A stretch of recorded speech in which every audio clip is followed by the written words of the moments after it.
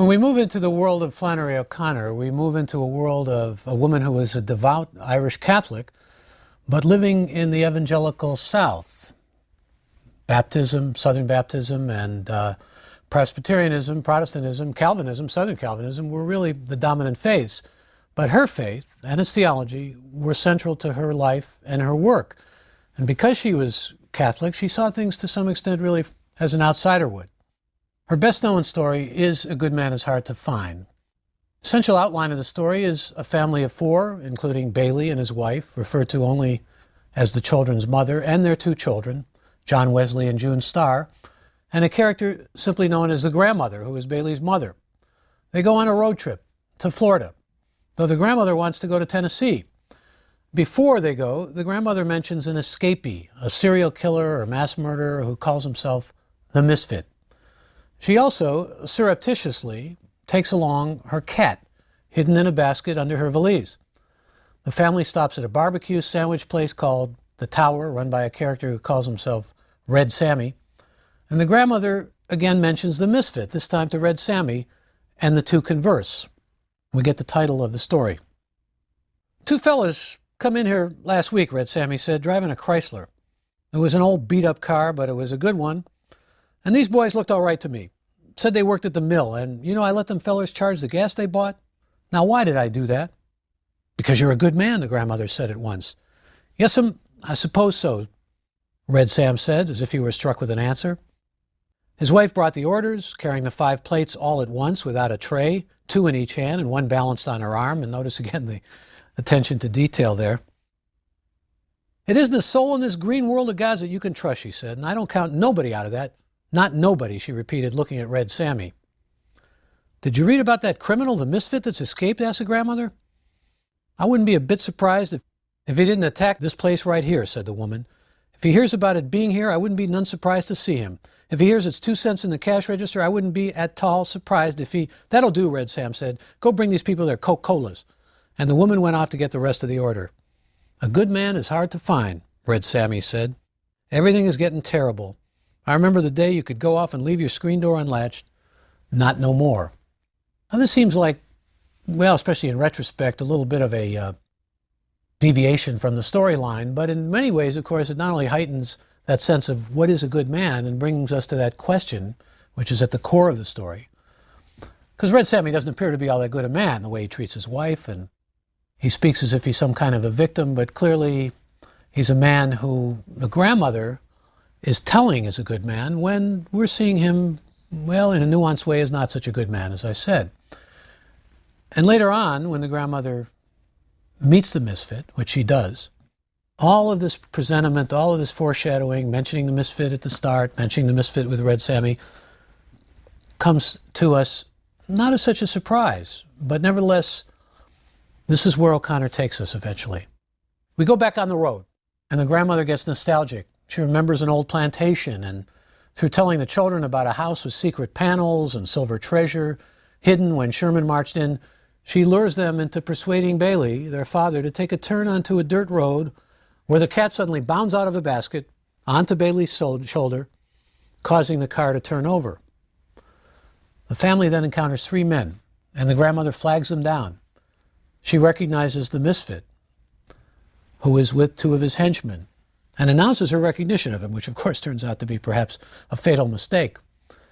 The Misfit, however, gets into a deep theological discussion with the grandmother, while he sees to it that the children's mother, Bailey, and the 2 children are taken off into the woods by his henchmen and murdered.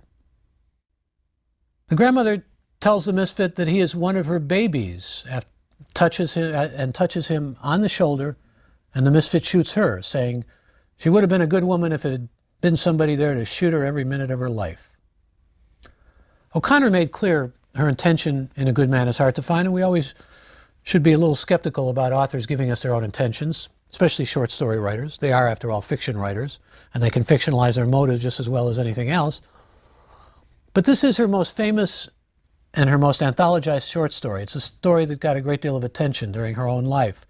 And what she said she wanted to show was mystery and a moment of grace for the grandmother, when she suddenly touches the Misfit and calls him one of her children, one of her babies.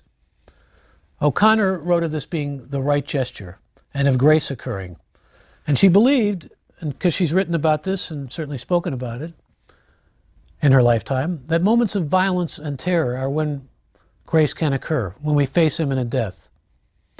Well, those intentions notwithstanding, the story can also be read as one of existential despair or of nihilism. A whole family is slaughtered by a killer in a setting described as having neither sun nor cloud. But theological mystery abounds in this story. Remember, this is a devout Roman Catholic writing about, essentially, Protestants. But the grandmother, from the beginning of the story, speaks about the misfit with anxiety. And then she meets up with him. She identifies him. She ensures the destruction of the entire family and raises questions concerning, as we saw in the lottery, the nature and the movement of fate. But there are deeper theological questions.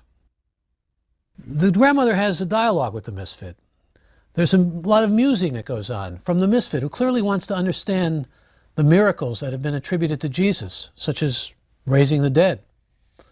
And while he's speaking about such matters, the grandmother is importuning him to pray and to let Jesus into his heart, and saying, I know you won't harm me because I'm a lady, and I know you don't have common blood.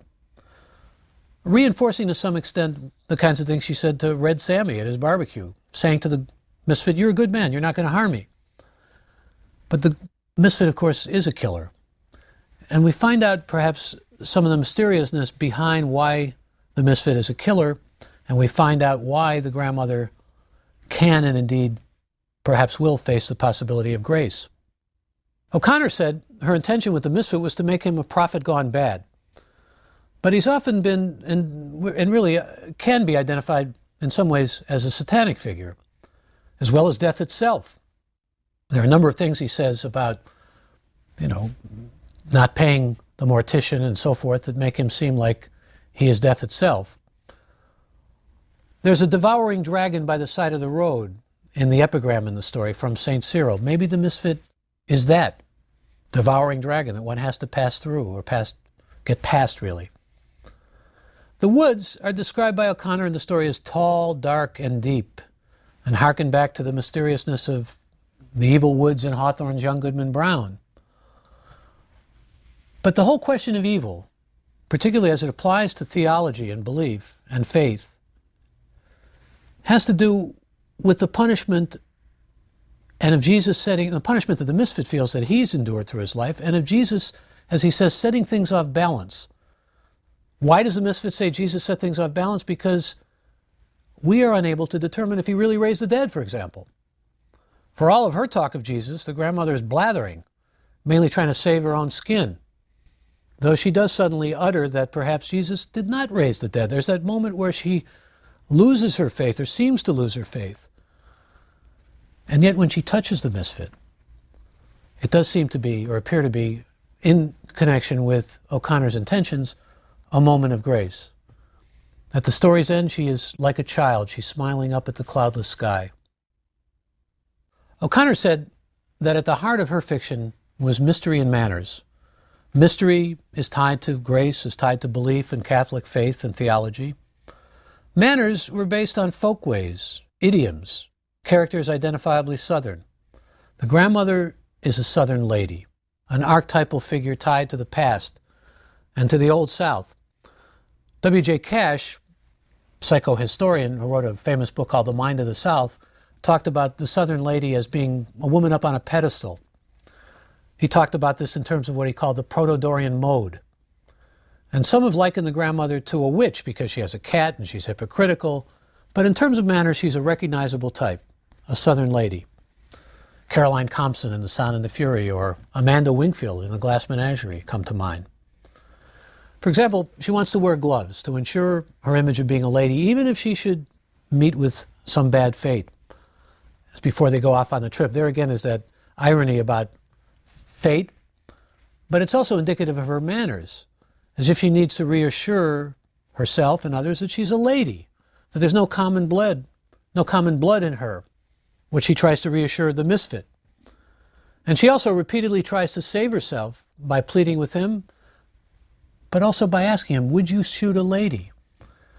her recognition of being a Southern lady is a recognition that Southern ladies have always been iconic figures, have always been put up on this pedestal. And like many Southern ladies, or at least the archetypical figure of a Southern lady, she's full of nostalgia about the old Gone with the Wind South. And it leads her to her memories of the old Southern house where she wants to go and where she will lead the children and Bailey ultimately and herself to their death.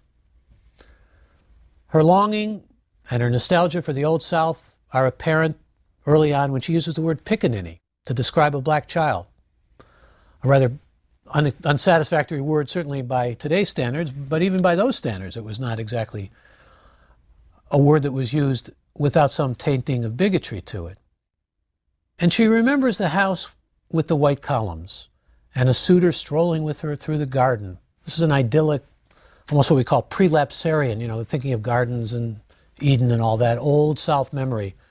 I mentioned Tennessee Williams' Amanda Wingfield. Those of you who know the play know that you have a similar Southern lady archetype, but also in the Glass Menagerie, she has all these confabulated memories of the South in the past, of that Gone with the Wind South, darkies serving her, as she calls them, on the veranda and many gentlemen callers. They pass a cotton field and an old family burying ground, inciting more nostalgia and more memory in the grandmother, but also serving like the town with its allegorical name. Its name is Tombsboro, and the misfits hearse-like automobile as presentiments of death. Another story right out of the Old South is a story that the grandmother tells the children about watermelon left by one of her suitors named Edgar A. Teagarden. His initials EAT. And this is right out of the Old South Handbook. Watermelon being associated with blacks, stereotypically. And again, Edgar Teagarden turns out to be a former suitor, and like most of Amanda Wingfield's former suitors, he winds up wealthy. The grandmother, in other words, confabulates the past. She fictionalizes, if you will, the past. She creates her own sense of what the past is, as a Southern lady would create the past. And she also creates another story. It's the story she tells the children, that she craftily tells the children about family silver hidden in a secret panel connected to Sherman's March and, again, the Old South, of course. And the children get all excited, and the children want to look for the treasure and think that they'll find the treasure. And by the way, these children are not very sympathetic characters. They're bratty, they're nasty, but they hardly deserve their fate. And then we have the misfit. He's a killer, but he has manner. And the manners are the earmarks of a Southern gentleman. Grandmother keeps assuring him that he's not common, but he certainly speaks in the vernacular of a common Southerner, of what would vulgarly be called a redneck. But the misfit also, for example, apologizes for not having a shirt on. He greets the family at first with a good afternoon, and he blushes when Bailey uses profanity. That's even after the grandmother recognizes who he is.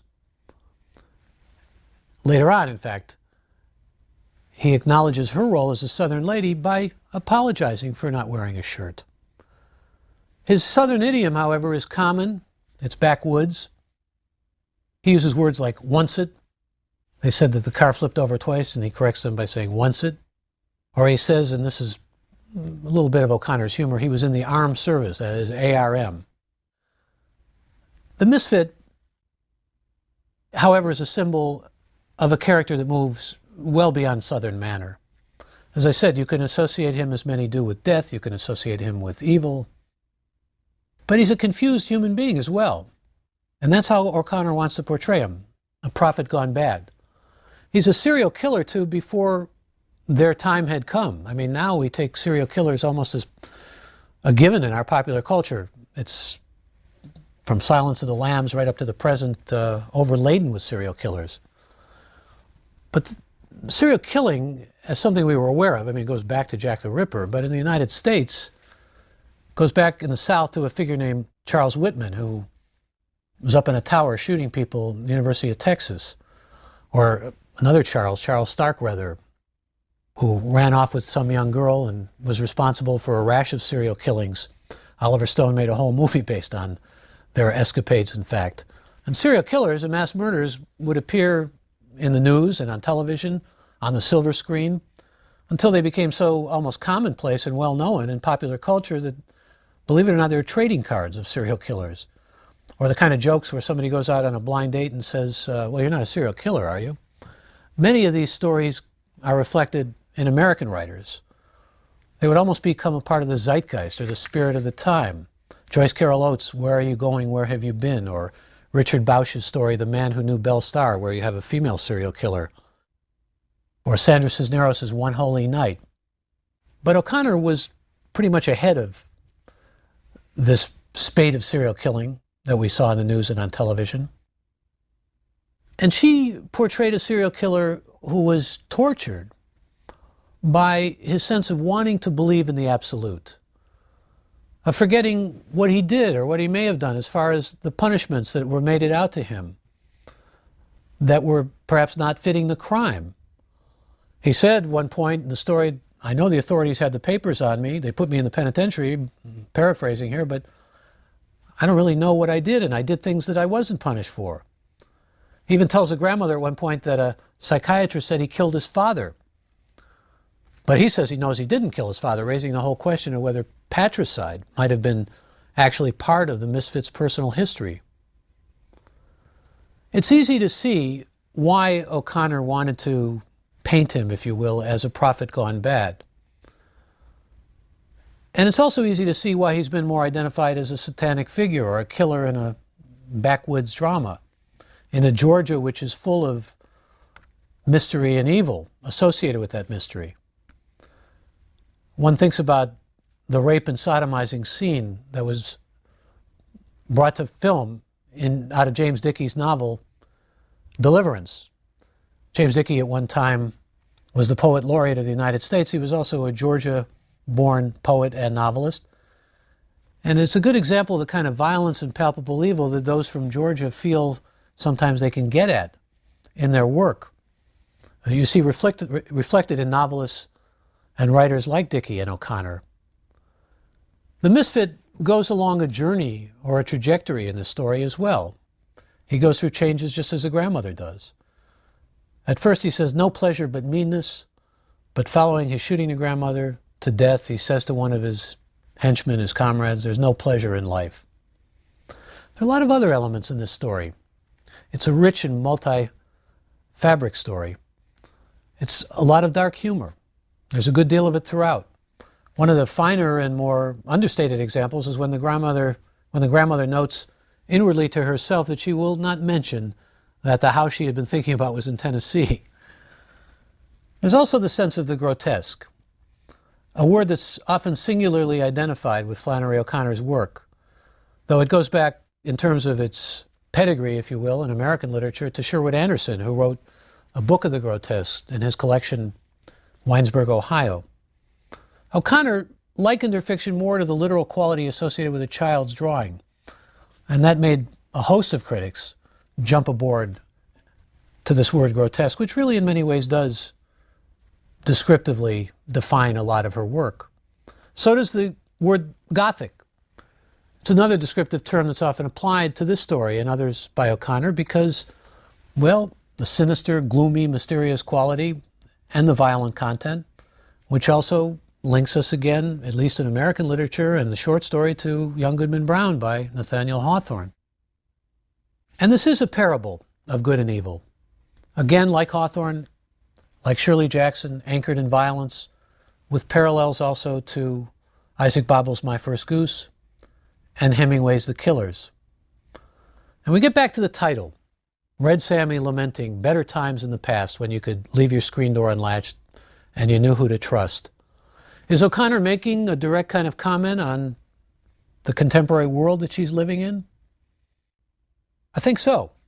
In fact, remember that this story came along at that perch of time when the lottery came after the Second World War, when there was an entirely different sense of evil in the world than had existed previously. The misfit, by any conventional standards, would be identified with evil, but the grandmother says she knows that he's a good man. He denies it. He uses the word good at the end of the story to indicate what the grandmother might have been if someone were around to shoot her at every minute of her life. Thereby he becomes a prophet, perhaps, of the nature of what grace is. But if the story is taking us into this whole mysterious dimension theologically of good and evil, it leaves us with, as so many great stories do, a lot of ambiguity. Just like there's a sense in the story that you can read it with a very Catholic reading, as O'Connor intended and wanted, or you could read it, as I said, as a story really that harkens us back to the sense of nothingness and of evil being so capricious. These people tend down the wrong road and they wind up dead. Or did they tend down the wrong road? Was there some kind of fate guiding them? Because from the beginning of the story, the grandmother talks about trying to avoid the misfit and her death. There are a lot of other characters in the story. I want to talk about them at least briefly. There's the children's mother, who is an enigmatic character in many ways. She's portrayed as having a cabbage face and a rabbit-looking ears and as being utterly passive, ineffectually deferential. She answers, "Yes, thank you," after the misfit asks her to step over yonder with his two cronies, who were two Fussell-like characters, Hiram and Bobby Lee. By the way, Fussell is a word that Henry James gave us. It's a character who is in a story simply to move the action forward, who isn't really necessary part of the story or doesn't move the plot forward. It comes from Henry James, and these two characters exemplify what Fussells are. There's Bailey, the grandmother's son. He says ominously, after being goaded by the children to stop, this is the one and only time. As ironic in its way as his daughter June Starr expressing disappointment following the accident that no one is dead. His shirt plays a central role in its conspicuousness and the fact that the grandmother, later in the story, is so stunned that she cannot even say what the shirt reminds her of. And it's this rather garish and, as I said, conspicuous shirt. The children, John Wesley and June Starr, nasty, spoiled kids. Their names appear to be ironic. It's almost as if Flannery O'Connor is having some fun with us. John Wesley was a Christian theologian, one of the founders of the Methodist religion. June Starr, well, a name which combines one of the season's most pleasant months with the stellar. It's almost a sense of, as I say, maybe ridicule, or something certainly bordering on ridicule, coming from O'Connor with these names. One shouldn't always take names seriously in stories. One of my mentors, Walter Tevis, whom I mentioned in the first lecture about Poe, said he used to open the phone book, he'd take one name, and then he'd open the phone book and take another name. And yet, stories particularly that are allegorical and stories that have meaning that can be attached to names, even though many times you find yourself with red herrings, at least elicit certain kinds of identifications which are and can be important. I even think about the name Bailey, for example. It's a funny name. It makes me think of the old song, "Won't You Come Home, Bill Bailey?" And Bill Bailey doesn't come home. At least this Bailey doesn't come home. And then there's Red Sammy of the Tower. This mean to his wife advertising veteran appears as a kind of stock Southern character, identified with the title as well as the monkey chained to a small chinaberry tree that catches fleas and eats them. And we wonder, what's this doing in the story? If we mention James and Fussells, we might as well think of James and the figure in the carpet. Why do we suddenly have a monkey in there? Well, eating fleas. The tableau suggests a kind of reverse Darwinian evolution. Those who eat in the tower and the monkey who eats outside of it. And again, you can feel the rather humorous and sometimes ridiculing hand of Flannery O'Connor, who was a dark humorist in many respects, who wrote stories which sometimes make us laugh out loud. I'll give you an example of an O'Connor story. It's well known, called Good Country People. And there again, these good country people turn out to be very sinister in many ways. And underneath this one character, who appears to be nothing but a common sort of dumb character, is a con man and someone who induces a young woman who's got a PhD in philosophy and who thinks she's very bright and thinks he's very common and naive into going with him up in an attic. She, it turns out, has a wooden leg, and he asks her to take off her wooden leg and show it to him. And he gets right at the heart of her being with this request. And she's very touched by it. She gives it to him, and he runs off with it as a souvenir. And O'Connor has written about this story as being, well, not only about good country people and what they really represent and all that, what's underneath the surfaces again, but also about the inevitability, when she wrote the story, of his taking the wooden leg and running with it. She was quite ill when she wrote this story. Good man is hard to find. She had lupus. And the story itself was influenced by a couple of newspaper stories, but let me just say about her lupus that, and we've seen this in a number of our short story writers, the sickness certainly affected her vision, I'm sure, that is her sensibility and her sense of the world, even though she had her faith right up until the end and was managed to cleave to it up until the end. Nevertheless, you could argue, and some have, that writing stories from this sensibility of a woman who had inherited lupus, who knew she was going to die at a young age, could have a lot to do with her art. The story came from a small-time thief who called himself the Misfit, and a bandit and kidnapper who called himself a gentleman bandit. The Misfit wound up in a mental asylum, and O'Connor once described her town of Milledgeville, which had one of the world's largest mental hospitals, as a town of 8,000 of whom 4,000 were locked up. It's an intricate story, but it's a plainly told story. It doesn't include didacticism, but what it does embrace is Catholic theology and grace.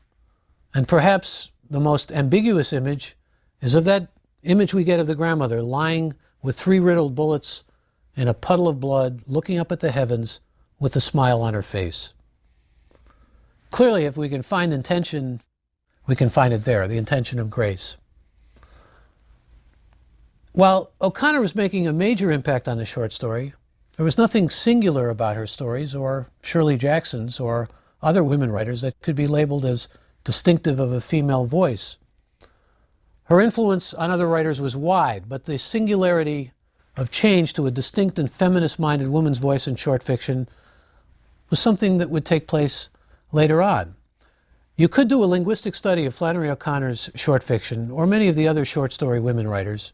Eudora Welty would be another good example, who also comes from the South, from the Mississippi Delta, in fact. And you could look at their work, and you would be hard-pressed to see that they are women writers. I mean, what is it, after all, that distinguishes a woman's writing from a man's writing, particularly at a time when many of the women writers were trying to find a voice that would be universally acceptable, that would have the kind of general acceptance that men's voices had. Flannery O'Connor was much less concerned with gender than she was with her Catholicism. Shirley Jackson was probably less concerned with gender than she was with an anthropological view of humankind and casting a voice which really cast a big net as far as omniscient voices go.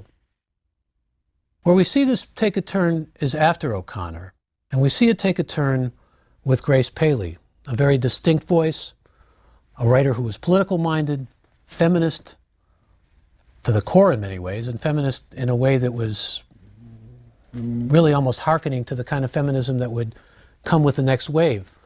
Remember that Betty Friedan wrote The Feminine Mystique at a time when women really played these very confined roles. Think about the grandmother in terms of how she sums up in so many ways the identity of a Southern lady, and then think about the children's mother, who has no name, who is utterly anonymous, who simply goes along deferentially. And you begin to see O'Connor giving us a view of women that, by feminist standards, is disturbing. Unless, of course, you'd want to switch it over and say, well, what it really means is O'Connor is showing us that women have been constricted by these roles and straitjacketed by them. And that's really perhaps a kind of unconscious feminism on O'Connor's part.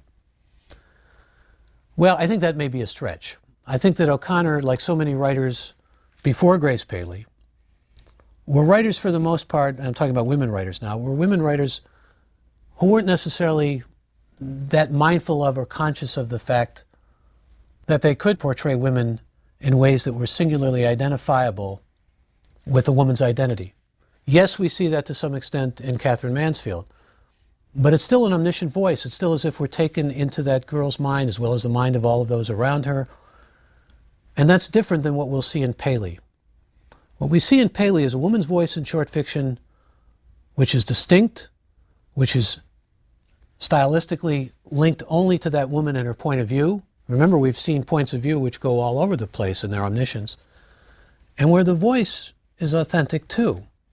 And we travel to the East Coast of the United States to get that point of view in the next story up for our consideration, written by really one of the first and strongest of the world's women short story writers, although I can't in any way overstate the importance of Flannery O'Connor on the short story in general.